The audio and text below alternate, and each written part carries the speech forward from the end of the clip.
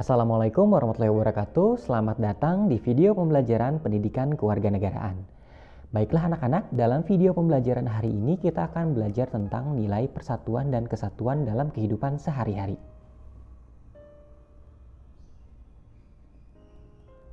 Indonesia merupakan sebuah negara kesatuan yang terdiri atas berbagai suku, bahasa, dan adat budaya. Makna kesatuan di dalamnya adalah negara Indonesia sebagai bentuk persatuan dari kumpulan suku-suku di Indonesia yang beragam dan mendiami wilayah geografis pulau-pulau di Indonesia. Dari segi geografis, kita dapat melihatnya dari peta wilayah Indonesia. Pengertian wilayah Indonesia berarti bagian bumi yang membentang dari 95 derajat sampai 141 derajat bujur timur dan 6 derajat lintang utara sampai 11 derajat lintang selatan.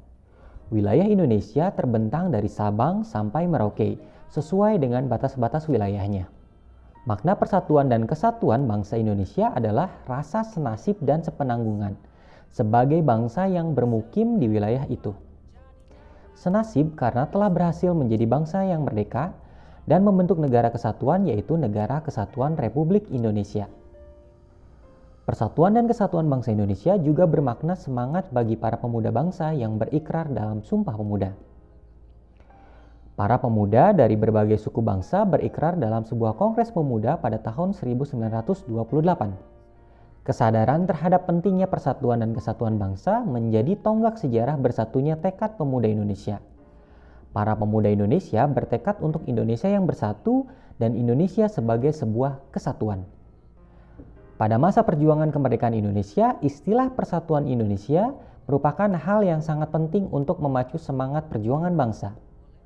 Hal tersebut juga tercantum dalam pembukaan Undang-Undang Dasar Negara Republik Indonesia tahun 1945 yang berbunyi, "Dan perjuangan pergerakan Indonesia telah sampailah kepada saat yang berbahagia, dengan selamat sentosa menghantarkan rakyat Indonesia ke depan pintu gerbang kemerdekaan negara Indonesia yang merdeka, bersatu, berdaulat, adil, dan makmur."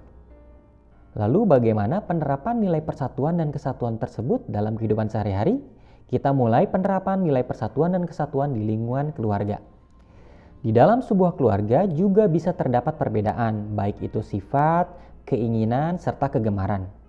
Apapun perbedaan di dalam keluargamu, tentu kamu dan anggota keluarga yang lainnya harus dapat saling menghargai.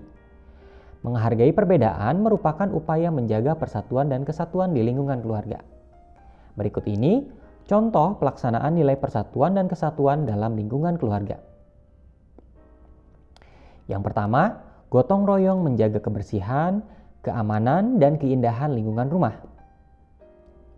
Kemudian yang kedua, saling menghormati antar anggota keluarga.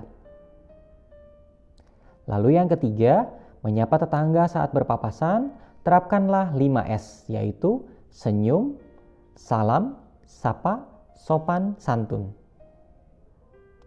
Dan yang keempat, berbagi tugas dengan anggota keluarga masing-masing. Kemudian, sikap saling menghormati sesama teman dapat memperkuat persatuan dan kesatuan di lingkungan sekolah. Berikut ini adalah contoh pelaksanaan penerapan nilai persatuan dan kesatuan di lingkungan sekolah. Yang pertama, membantu teman yang kesulitan dalam memahami materi pelajaran. Kemudian yang kedua, melakukan piket kelas secara bersama-sama dan bergotong royong. Lalu yang ketiga, bermain bersama teman pada jam istirahat tanpa membeda-bedakan suku, bangsa, maupun agama. Lalu yang keempat, mengembangkan sikap saling menghargai dan menghormati antar teman.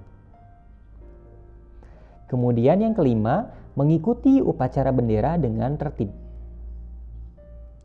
Lalu yang keenam, menghargai pendapat teman saat berdiskusi di kelas. Dan yang ketujuh, mengumpulkan sumbangan untuk teman yang terkena musibah. Lalu bagaimana contoh penerapan nilai persatuan dan kesatuan di lingkungan masyarakat? Nah, berikut ini adalah contoh-contohnya.